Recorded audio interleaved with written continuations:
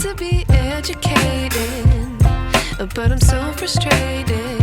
Hello to my loneliness. I guess that ignorance is bliss. Take me back to before the new. Rewind, take it out of cue. नमस्ते and welcome friends, मेरा नाम रेनू है। गर्मी का season हर बार कुछ ना कुछ ऐसी मेमोरी हमारे जहन में छोड़ जाता है कि गर्मी का नाम सुनते ही हमारा दिल घबराने लगता है। गर्मी का सीजन अपने साथ बहुत सारी परेशानियां भी लेकर आता है। दूध का जल्दी खराब हो जाना, शाम तक दाल खट्टी हो जाना, घर में डस्ट डिपॉजिट होना और अगर गलती से पावर ऑफ हो गया तो पसीने से तरबतर हो जाना। कहीं छुट्टियां मनाने गए हैं तो समर की वजह से पूरा जल जाना, टैन हो जाना। इन सब प्रॉब्लम को हम कंप्लीटली इरेडिकेट या खत्म तो नहीं कर सकते, बट डेफिनेटली इनको काफी हद तक कम कर सकते हैं ताकि हमारी समर बहुत ब्यूटीफुल हो। रोज खिलने के थोड़े दिनों के बाद वो ड्राई होने लग जाते हैं। उनको कंप्लीट ड्राई होने के पहले आप उनको कट करके ले लीजिए। इससे दो फायदे हैं। पहला कि ये जो आपका प्लांट है इससे नई ब्रांचेस निकलेगी और ज्यादा रोज खिलेंगे। दूसरा, ये कंप्लीट ड्राई नहीं हुआ है तो इनकी आप पंखुड़ियां निकाल के एयर ड्राई कर दीजिए 1 या 2 दिन के लिए। कई बार ऐसा होता है कि इन रोजेज में चींटियां या दूसरे इंसेक्ट्स होते हैं, तो उनको आप अगर इस तरह से मिक्स करेंगे तो चींटियां निकल जाएंगी। अगर फिर भी आपको ऐसा लगता है कि अभी भी उनमें चींटियां हैं तो आप जरा सा ऊपर हल्दी छिड़क दीजिए। जैसे ही आप हल्दी डालेंगे तो चींटियां और दूसरे इंसेक्ट आसानी से उसकी स्मेल की वजह से निकल जाएंगे। पंखुड़ियों को एयर ड्राई हमने इसलिए किया है ताकि उसका अरोमा और कलर मेंटेन रहे। इसको आप किसी ग्लास जार में भर लीजिए। इसका मेन यूज ये है कि जब भी आप बिरयानी बनाएं तो आप इनकी पंखुड़ियां जैसे आप केसर डालते हैं उसी तरह ये यूज कीजिए। फ्लेवर और स्मेल 2 गुना बढ़ जाएगी। आप ग्रीन टी में भी इसे यूज कर सकते हैं। गर्मियों में हीट ज़्यादा होने की वजह से दूध जल्दी खराब हो जाता है, फट जाता है। उसके लिए हमें दूध को फ्रिज में रखना पड़ता है। फ्रिज में रखने से मलाई मोटी हो जाती है और दूध का पूरा टेस्ट खत्म हो जाता है। या उसको 2 या 3 बार हमें गर्म करना पड़ता है। जब भी हम उसको गर्म करेंगे दूध की थिकनेस बढ़ती जाएगी और साइड की मलाई जल जाती है। उसका सबसे अच्छा उपाय ये है कि आप किसी बर्तन में अनयूज्ड में पानी भर के और उसके ऊपर दूध को रखिए। ये दूध का टेम्परेचर बर्तन में लिए गए पानी की वजह से कम रहेगा और दूध फटेगा नहीं। अगर आपको लगता है कि ये बर्तन फ्लोट हो रहा है जैसे कि इसमें, क्योंकि दूध कम है और पानी मैंने ज़्यादा ले लिया है, तो आप किसी उथले बर्तन में रख लीजिए, किसी थाली या प्लेट पे। पानी में रखने से दूध तो नहीं फटेगा। उसका एक और बेनिफिट ये है कि अगर घर में चींटी वगैरह की प्रॉब्लम है तो इस पानी की वजह से चींटियां दूध पे नहीं चढ़ पाएंगी। हमारे घर में जो सबसे ज्यादा गर्मी से सफर करता है वो है प्लांट्स, क्योंकि हम उनको अंदर भी नहीं रख सकते। मे भी स्पेस कांस्टेंट की वजह से या प्लांट ही ऐसा है कि उसको अंदर नहीं रखा जा सकता। इसके लिए उनको ठंडा रखने के लिए आप दिन में 2 बार पानी डालिए, सुबह सनराइज के समय या उसके पहले या इवन सनसेट के बाद। अगर आपको लगता है कि इनको ज़्यादा पानी की ज़रूरत नहीं है तो जितना भी पानी रिक्वायर्ड है उसका हाफ क्वांटिटी मॉर्निंग में और हाफ इवनिंग में डालिए। इसी तरह से हमारे घर में स्पेस कांस्टेंट होने की वजह से हम इस तरह का आयरन के रैक पे प्लांट रखते हैं। अब गर्मियों में ये रैक भी मेटल का होने वजह से गर्म हो जाता है और उसके कांटेक्ट में रहने से ये प्लांट भी गर्म हो जाता है और उसकी पत्तियां सूखने लग जाती हैं। तो इनसे बचने के लिए एक तरीका है कि आप इस रैक पे किसी कपड़े की लेयरिंग दे दें, बट डेफिनेटली लेयरिंग देने से उसका लुक खराब हो जाएगा।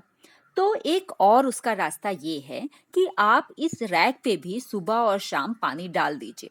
इस पानी की वजह से वो रैक कंपैरेटिवली थोड़ा ठंडा रहेगा। इसी तरह आप बालकनी में पानी एक बार जरूर छिड़कें।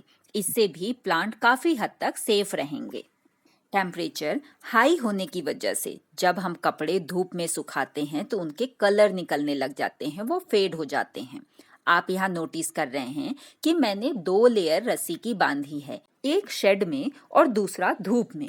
जनरली हमारे कपड़ों पे इंस्ट्रक्शंस लिखे होते हैं ड्राई इन शेड या फिर नॉर्मल वॉश करना है, तो उसके इंस्ट्रक्शन के अकॉर्डिंग मैं कुछ कपड़े शेड में सुखाती हूँ और कुछ धूप में।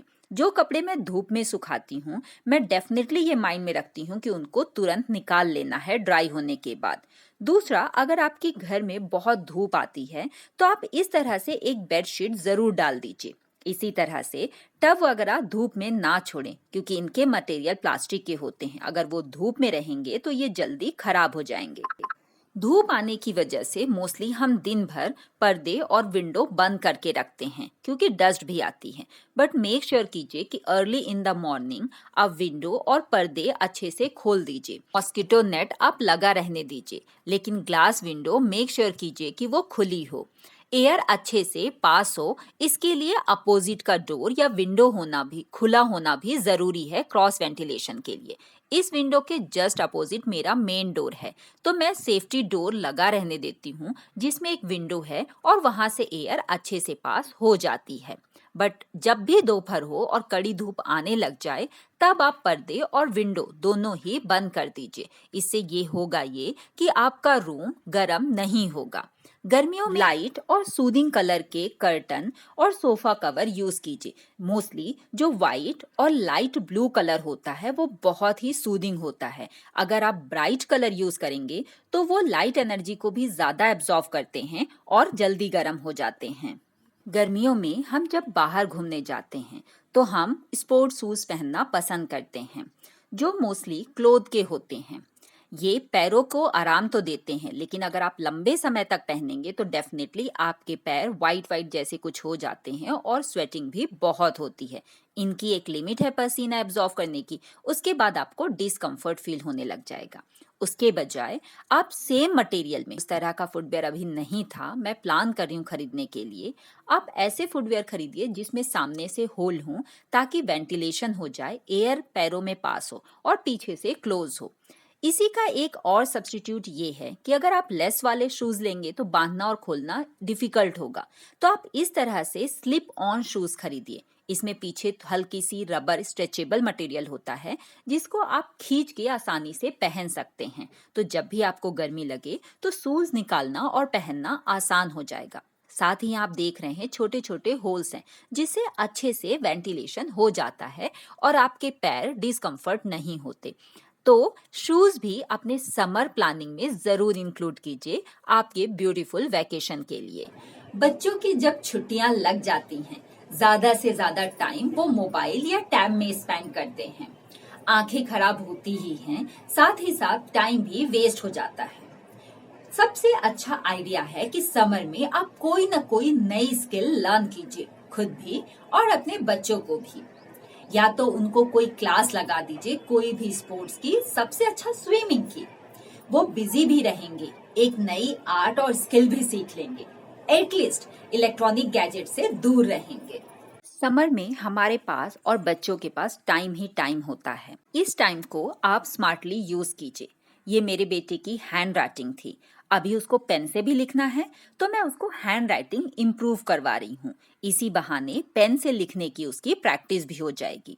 2 साल पहले मैंने उसकी इंग्लिश की हैंड राइटिंग इम्प्रूव की थी। पहले वो ब्लॉक लेटर में लिखता था, उसको कर्सिव नहीं आती थी। बट आपको अच्छे से पता है कि कर्सिव लिखने से हैंड राइटिंग भी अच्छी होती है और स्पीड भी बढ़ जाती है। मैंने उसको इसी बहाने कर्सिव सिखा दिया और हैंड राइटिंग भी इम्प्रूव हो गई। 15 दिन के अंदर ही आप हैंड राइटिंग में डिफरेंस देख पाएंगे। आपको हैंड राइटिंग के लिए या तो क्लास लगा लीजिए या यूट्यूब या किसी और वे से देख के आप उनको सिखा सकते हैं। इसी तरह मैंने एक ये नई बुक पढ़ना शुरू की है, एटॉमिक हैबिट। मैं इसका प्रमोशन नहीं कर रही हूँ, बट ये बुक बहुत ही अमेजिंग है। इसमें ये बताया गया है कि कैसे छोटी छोटी हैबिट आपके लाइफ में बड़े बड़े चेंजेस लेके आती हैं, आपको सक्सेस तक इजीली पहुंचा पाती हैं। जिस तरह कॉइन के 2 साइड होते हैं, उसी तरह हर सीजन का भी पॉजिटिव और निगेटिव दोनों इम्पैक्ट होता है। गर्मियां हैं, धूप अच्छी है तो आप चीजें सुखा सकते हैं। जैसे लास्ट ईयर मैंने ये मुरकुर, मतलब जो चावल के चिप्स बनते हैं, पापड़ बनते हैं, वो ये आलू के चिप्स और आंवला कैंडी बनाई थी। आंवला कैंडी अगर आप घर पे बनाएंगे तो वो टेस्टी भी होते हैं और इम्यूनिटी तो बढ़ती ही है। तो एवरी समर में मैं कुछ ना कुछ नया सीखती हूँ और बनाती हूँ। इस ईयर का मेरा प्लान है कि मैं बरी बनाना सीखूंगी और अचार। इसी सीजन में मैं कुछ स्पाइसेस जैसे कसूरी मेथी और ड्राइड पुदीना भी बना के रख लेती हूँ। जैसा कि मैंने अभी बताया, हमारे पास गर्मियों में थोड़ा ज़्यादा टाइम होता है, तो उस टाइम का बेस्ट यूटिलाइज कीजिए। कोई ना कोई आर्ट ज़रूर सीखिए। मैं कुकिंग पे ज़्यादा ध्यान देती हूँ क्योंकि मैंने उसके लिए ताने भी बहुत खाए हैं कि इसको कुछ नहीं आता। बट आज की डेट में मैंने अपने आप को और सबको ये प्रूव कर दिया कि नहीं, मैं इसमें भी एक्सपर्ट हूँ और आगे भी खुद को इम्प्रूव करूँगी। इंजीनियर और एमबीए होने के बावजूद मैंने अपने आप को कभी रिस्ट्रिक्ट नहीं किया कि मैं बर्तन नहीं धोऊंगी, पोछा नहीं लगाऊंगी या घर में कपड़े नहीं धोऊंगी, मैं खाना क्यों बनाऊं। ये सब मैं अपनी फैमिली के लिए अपनी खुशी से करती हूँ, इसीलिए दिल और जान लगा के करती हूँ। ये छुट्टियों का भी सीजन होता है। अगर ये प्रॉब्लम्स कम हो जाएंगी तो हम इन छुट्टियों में अपनी फैमिली और परिवार के साथ बहुत अच्छे से टाइम स्पेंड कर सकते हैं। समर में हम आर्ट स्किल सीख रहे हैं, बट एक 15 दिन का वैकेशन का प्लान जरूर कीजिए खुद की लाइफ को रीसेट करने के लिए, रीबूट करने के लिए, ताकि हम अगले सेशन के लिए रिफ्रेश हो सकें। आपके ब्यूटीफुल कमेंट्स मुझे मेरी लाइफ जर्नी को आगे बढ़ाने में बहुत ज्यादा हेल्प करते हैं। आपको इनमें से सबसे अच्छी टिप्स या हैक्स कौन सा लगा, कमेंट बॉक्स में जरूर मेंशन कीजिएगा। मिलते हैं बहुत ही जल्द एक नए टॉपिक के साथ। I like to be educated, but I'm so frustrated. Hello to my